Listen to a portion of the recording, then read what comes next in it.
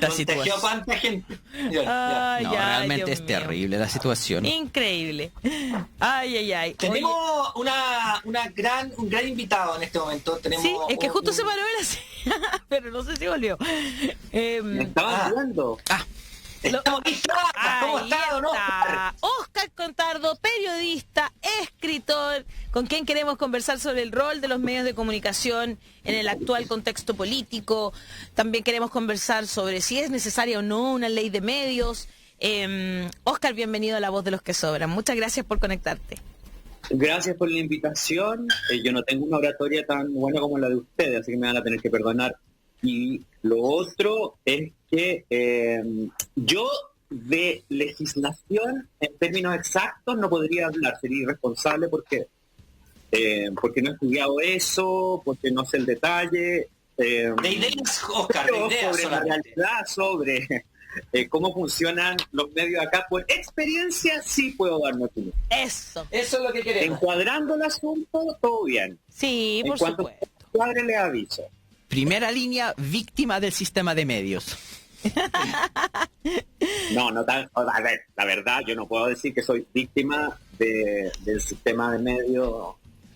Siempre he trabajado en medios grandes. Claro. Ahora escribo una columna en La Tercera, Oscar, que yo leo semana a semana, los fines de semana. Muy bien. Y también te sigo en Twitter y todas esas cosas. Porque creo que Sí, es y un tipo- aclararle a muchos liberales que las redes sociales no son medios de comunicación y que una cuenta en redes sociales no es un medio de comunicación. No. Habría que aclararle a mucha gente, mucho liberal que salió, que a mí me sorprende, esta gente que se supone que es liberal, que en Chile puede ser cualquier cosa, muy espantados por la crítica a la poca diversidad y poco pluralismo de medios que hay en Chile. O sea, les espanta eso, les espanta la crítica a la concentración, a liberales. Y eso me parece rarísimo. Otro de los fenómenos raros en la política de este país. Sí, justamente de eso te quería preguntar. ¿Por qué crees que estamos llevando la conversación, ¿no es cierto? Hay tanto, por ese espanto del que tú hablas, ¿no es cierto? Que a mí también me llama poderosamente la atención. Yo pensé que como que se abrió una ventana para que conversemos sobre justamente pluralismo, cuáles los medios de comunicación, cuáles son los problemas que tienen en Chile para que no tengamos una democracia con esa cuarta pata que debería ser, ¿no es cierto?, los medios de comunicación. ¿Por qué están Yo tan creo que como estancados? todo en Chile, todo está atravesado por la desigualdad y por un orden social que ya conocemos. Y eso, ese fenómeno aparece de distinta manera, de distintas formas, en distintas circunstancias. En el caso de los medios, claro, representa un orden social mayor, en donde no está representado un gran número de pensamientos y sensibilidades. Es el mismo tema que estalla en octubre del 2019. O sea, hasta octubre de 2019, y aterrizándolo ya en términos ya concretos en los noticieros y en las pautas noticiosas de los principales noticieros de televisión abierta, que es el medio por el que la gran mayoría se informa. En los noticieros de televisión abierta, la pauta hasta octubre de 2019 había durante años estado concentrada en delincuencia, portonazos y Venezuela. Absolutamente. Tal cual. No aparecía ninguno de los temas que después aparecieron y que dominaron la pauta y que dominan la pauta hasta el día de hoy. No estaban, no existían. ¿Eso empezó a existir en octubre de 2019 o existía antes? Claramente existían antes esos problemas. ¿Por qué no los recogían las pautas de los noticieros de televisión? Esa es la pregunta. Y esa es la pregunta que no se ha hecho, que no se han hecho. Y es la explicación que no han dado. es muy interesante lo que dices al final, desde dentro entonces del sistema de medios, porque es interesante, nosotros podemos hacer un análisis así como del sistema, pero cómo se vive eso desde dentro, porque si uno está escribiendo para los medios, igual hay que tener una conversación, una negociación constante con los que están publicando el trabajo. ¿Cómo es esa experiencia entonces? ¿Ha encontrado que lo que pasa es que Hassan, mira, yo no puedo dar una descripción en nombre, hacer una generalización. Primero porque yo nunca trabajé en la crónica política. Por lo tanto, nunca estuve en pautas de ese tipo. Claro. Yo llego a esas páginas y llego a estos temas desde otro lugar. Claro. Pero lo que es claro es que, claro, cada medio tiene una línea editorial y eso es así, y bueno, está muy bien que sea así, que la represente y que la aclare. El punto es cuando la jerarquización de lo que sucede afuera deja de lo que sucede en la realidad, deja fuera un montón de temas que para cierto grupo son irrelevantes. Esa idea de irrelevancia para cierto grupo era muy intensa. Mira, hay 200.000 personas marchando contra la AFP en 2014 o 2016. Ya lo arreglamos, ya no, que eso no es tanto, no va a ser tanto. Y llegamos a lo que llegamos. Claro. Eso replicado por muchos otros temas. Por ejemplo, donde pasaba eso cuando tú decías, cuando hablas de las marchas, por ejemplo, el año 2011, sí. ¿Te acuerdas que cuando hubo marchas en más hacia el extremo sur, hubo personas a las cuales ya le llegaron perdigones, ¿no es cierto?, en sus cuerpos? Sí. Y eso jamás fue cubierto. Bueno, todo lo que pasa en Gualmapu, ¿para qué decir? No, yo recuerdo porque lo que empezó a existir cada vez más fueron reclamos de comunidades. Freirina, Coyhaique, Aysén, Punta Arenas, Chiloé, distintos reclamos con situaciones locales que respondían a una misma lógica, pero que eran muy distintas en la forma en la que afectaba a la comunidad.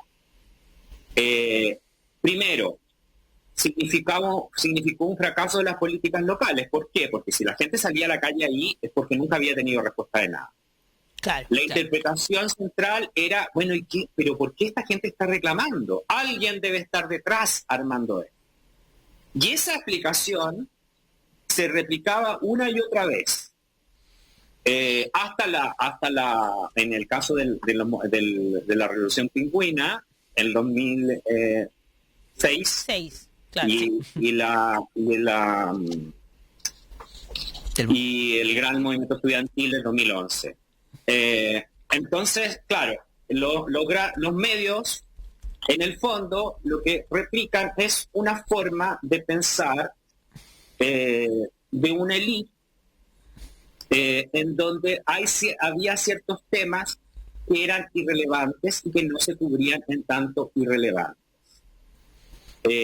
Porque no, si todo está bien, pero ¿por qué reclaman?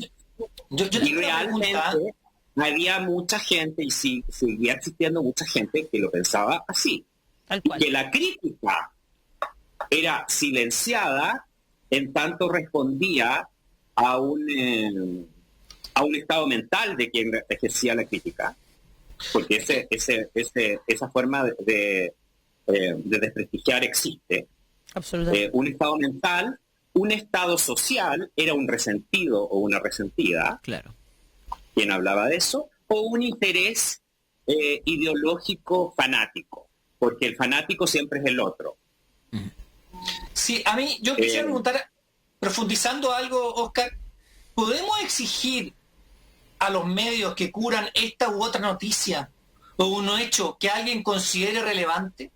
Es decir, si los medios, en su legítima derecho de decir qué van a cubrir o qué no van a cubrir, yo le puedo exigir a algún medio que cubra una noticia que yo considero que es relevante, ¿Por qué? Y estoy yendo al fondo, estoy yendo al fondo diciendo, escucha, pero ¿cómo está diciendo eso? Bueno, es que eso es lo que te contestan y yo creo que tú no tienes por qué exigirle a un medio u otro que cubra esa noticia o esa otra noticia. ¿Por qué? ¿Quién eres tú para decirlo? ¿Quién soy yo para decirle a ese medio que cubra tal o cual noticia?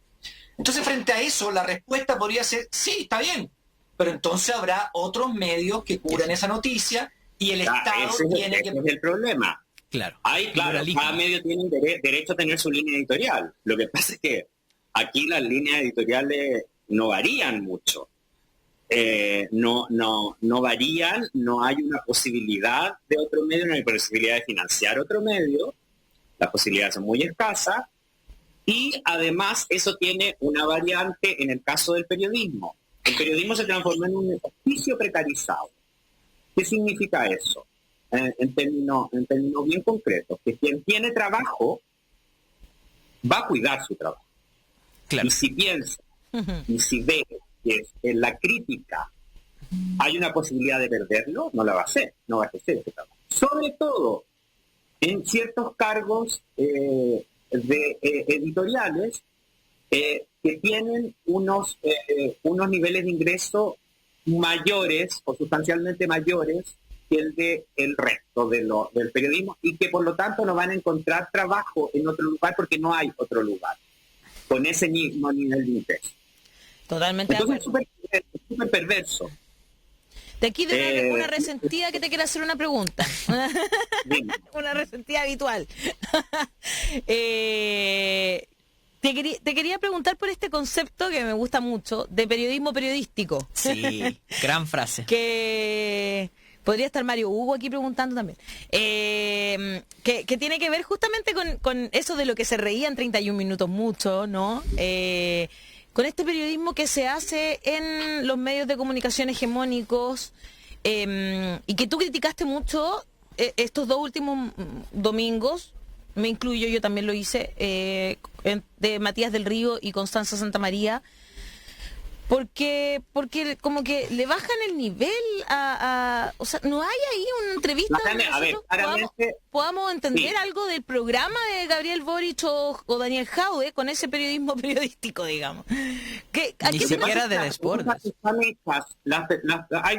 Hay una forma de hacer preguntas básicas que es informarte sobre de qué es lo que viene a hablar esta persona y qué es lo interesante que esta persona le puede decir para informar al público, a la audiencia. Si tú haces preguntas que están desinformadas, que parten desinformadas, el resultado, la respuesta que vas a obtener, va a ser una respuesta distorsionada por tu pregunta. Tal cual. O sea, si tú haces preguntas citando una ley que ya existe como inexistente y suponiendo que esa ley va a generar tal efecto, ya el entrevistado te tiene que explicar, mira, tú estás equivocado porque la ley que bla bla bla cita ya y los efectos son esto otro, y después entrar a hablar de lo que propone. Si tú le haces a un entrevistado una serie de preguntas que son supuestos hipotéticos que eventualmente pueden pasar, como puede caer un meteorito, las respuestas van a estar orientadas a un supuesto hipotético y no a la realidad de la que tiene que dar cuenta esa persona en tanto su responsabilidad como candidato o candidata. No se trata tanto desde dónde tú haces la pregunta. Todos hacemos la pregunta y todos nos interesan determinados puntos y todos consideramos que va a ser más interesante un tema que otro en términos públicos. Pero si al momento de formular las preguntas eres incapaz de hacer preguntas claras, hacerte cargo desde dónde estás haciendo la pregunta, no preguntar, se rumorea que, como le preguntaron al candidato Desbordes, y el candidato Desbordes responde, dime quién, porque yo no puedo responderte de un se rumorea. Claro. Qué poco serio. Te pasaste. Ese tipo de punto, ese tipo de pregunta y ese tipo de ejercicio del cuestionario de la entrevista, me parece que no aporta. Y Y, además, que si tú lo revisas claro, con calma después y haces con una entrevista, con esa entrevista transcrita, te das cuenta que las preguntas sencillamente no estaban preparadas. Y eso es lo grave. y tan poco No preparada no que no el terminan mintiendo. No que el entrevistador piense A, B o C, si todos tenemos alguna preferencia. Pero a la hora de ejercer profesionalmente un trabajo, lo ejerces profesionalmente y el punto es que que las personas que están entrevistando digan cuáles son sus propuestas y su forma de entender la realidad política actual. Claro. Y bueno, ahí uno verá si adhieres a eso o no. Pero el punto, si partes con preguntas como decir, mira, me parece que yo no sé por qué tantos líos están haciendo ahora porque a la gente le están disparando en los ojos, en Francia pasa lo mismo y allá no hay tema. Y se dice eso. Con descaro, con descaro. No, y después, no, bueno, claro, todos tenemos libertad de decir lo que no se nos ocurra. Pero a la hora de estar trabajando como periodista, de estar recibiendo un sueldo que nadie más recibe, que muy poca gente más recibe, en un oficio precarizado, hacer eso significa una responsabilidad. Formular esas preguntas necesita una responsabilidad. Y está sujeto a crítica. Y me parece muy bien que así sea.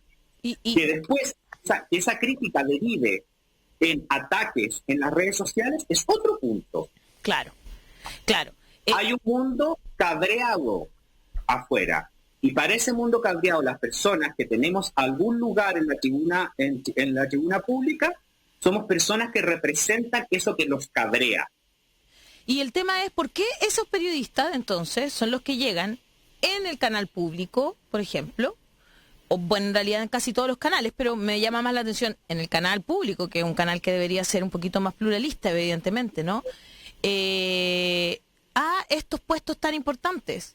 Y bueno, ahí eso, voy un poco al techo de cristal que tú tocabas, sí. Y el clasismo. Lo único que te puedo contestar es que repitiendo el punto de que todas las organizaciones finalmente representan una forma de ordenarnos en Chile. El periodismo y los medios de comunicación no tendrían por qué estar exentos de eso. Y en este caso, una de las características que refleja nuestro país, digamos, es el racismo y el racismo. Son dos ejes muy latinoamericanos, por lo demás no es un asunto solamente chileno. El racismo y el racismo ordenan nuestra convivencia. Y eso es una realidad. En el caso de la televisión, el elemento imagen, el elemento de quién va a aparecer en pantalla, es un elemento clave. Por lo tanto, ahí va a estar, en las personas que van a estar en pantalla, van a estar representadas las personas o esa forma de entender desde dónde viene la jerarquía. Y la jerarquía en Chile es blanca, no es morena. Claro. Y la jerarquía en Chile viene de determinados colegios, no de cualquiera. Hay paneles. Esto es muy... Yo recuerdo, la educación privada en Chile no representa el 10% del total. Creo que el 6% del total del colegio, de la educación escolar privada. Hay paneles que no solamente están totalmente compuestos con personas que tuvieron una escolaridad privada, sino personas de escolaridad privada de colegios que están en 3 comunas. No solamente en 3 comunas, sino los colegios de la LIC solamente. Eso no es casualidad. Sí, mira, estaba leyendo, es un 9%. Sí, 9%. Un 9%, ya. La educación particular 9% pagada. de educación privada. Y hay paneles en donde toda la gente allí estudia en colegios, no solamente privados, sino un tipo de colegio privado que está en una ciudad de Chile, en un lugar de una ciudad de Chile. Y esas personas por lo general se conocen de antes. Exactamente. Y eso es una realidad. ¿Qué efecto tiene eso en la discusión en términos de periodismo? Que la discusión la llevan esas personas que tienen mayor visibilidad que tienen un origen social, en un mismo origen social, que viven una realidad distinta que replican a la propia, porque no tendrían por qué hacer otra cosa, y que ven a Chile desde ese mismo lugar. Sus diagnósticos son los mismos, y la comodidad de esa pertenencia se replica en el mundo periodístico, en lo que yo llamo periodismo periodístico. Perfecto. Que yo creo que en asuntos como este se transforman en un club. Claro. En un club donde algunos tienen un determinado puesto y que manejan un circuito. Eso significa que esas personas al interior del periodismo no pueden ser criticadas. Y ahí sí que yo tengo una experiencia personal. ¿En serio? ¿Qué te pasó? Claramente, yo estaba, cuando pasó el caso Oporto, ¿Ya? este señor embustero que llevaron a entrevistar a Beatriz Sánchez, yo hacía comentario en una radio. Me voy a reservar la radio y el nombre de las personas involucradas, pero esas personas, mucha gente sabe quiénes son. Esto salió, el descubrimiento del embustero fue reporteado en la revista El Sábado del Mercurio, fue publicado por la revista El Sábado del Mercurio. Un día sábado, por supuesto, revista El Sábado, y el día lunes yo tenía que hacer mi comentario. Era un gran revuelo. El embustero Oporto había aparecido en televisión, no solamente siendo entrevistado, sino él interrogando a la candidata del Frente Amplio, a Beatriz Sánchez. Por si acaso, Candidata Pablo Porto era este que decía que había matado 12 delincuentes, para que lo recuerden. a disparo a 12 delincuentes, y era todo mentira. Claro. Bueno, Verdad. cuando él increpó a la candidata, primero, a la candidata durante semanas se le daba un número en las encuestas que no era tal a la hora de la elección. Claro. Y esas encuestas marcaban pauta. O sea, se hablaba de lo poco que marcaba Beatriz Sánchez Tratando de crear realidad. durante semanas. Eso no era efectivo. A la hora de los cubos, que fue la elección, eso no era efectivo. Segundo, a este señor se le da la oportunidad de increpar a la candidata en un programa de televisión abierta. La increpó con sus mentiras. Me había olvidado de eso. Esto provocó una ola en contra de Beatriz Sánchez y a favor de él.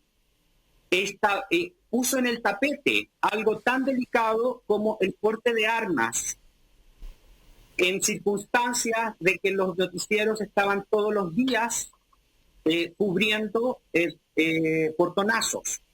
Claro. Eso es sumamente irresponsable. Tremendo. Y es sumamente importante que se haya descubierto, insisto, en un reportaje de la revista El Sábado del Mercurio, porque no era un boletín de la izquierda extrema, no. No fue en el diario El Siglo. Claro. Concitó la atención pública de muchos. Yo el lunes quería hablar de eso en esa radio, ¿Ya? y no se me permitió hablar del tema. No te puedo creer. No pude hablar del tema. ¿Por qué? Porque la editora periodística de ese programa era amiga y trabajaba en ese lugar. No. ¿Qué? ¿En Chilevisión trabajaba? ¿Dónde? Daniel. Eso averígualo tú. Ya. Me Un gustó. poco de periodismo investigativo. Claro. Pero sí se entiende. acá dice, El punto es que si eso ocurre dentro, Claro. déjame hablar, Sí. que si eso ocurre dentro de un medio, que estas personas, a la vuelta de una declaración del candidato Jadwe, que a todo esto su idea de consejo me parece pésima. La idea que dijo en el programa, no conozco su programa. O sea, la idea que dijo en el debate, no conozco su programa. Yeah. Esa idea me parece muy pésima. Pero que a raíz de eso vengan a pontificar sobre libertad de expresión un grupo que se protege y autopromociona, me parece sumamente deshonesto. Eso es exactamente. Porque a mí me volvió a pasar eso mismo, cuando empecé a indagar en los jesuitas, en los abusos cometidos por los jesuitas, que fueron negados sistemáticamente hasta que aparece como la segunda congregación con más denuncias y con un líder, porque era el líder que ellos llevaban a esos medios a opinar de todo, con un líder que acumula más de 50 denuncias de violaciones. Wow. Esa persona a la que santificaron durante años, estas personas que estaban a cargo de estos medios, era un criminal. Y de eso, en ese minuto no se podía hablar. Y quien intentaba hablar de eso, no podía lograrlo, porque no tenía la posibilidad ni de escribir, ni de publicar, ni de comentar en esos medios. Oye, increíble, terminamos con esto y Impactados. sí, realmente. Muy Yo me había contundente el olvidado análisis. completamente de esto de Pablo Porto. Yo no me olvido de nada, y que se lo recuerdo. No, Yo qué bueno no me que te olvido acordaste. de nada. Qué bueno Qué que te bueno. acordaste. Y guardo los correos y guardo los mensajes en WhatsApp. Eso, que se sepa. Eso es periodismo que se serio. sepa, periodismo serio. Que no Oscar olvidarse. Bastardo, muchas gracias por estar esta mañana en La Voz de las Muchísimas Cabras. gracias. Gracias por tu lúcido y, como siempre, un poquito mordaz análisis, que me encanta. Un abrazo para ti, Gracias a Oscar. usted. Muchas gracias. Que estés Chao. muy bien.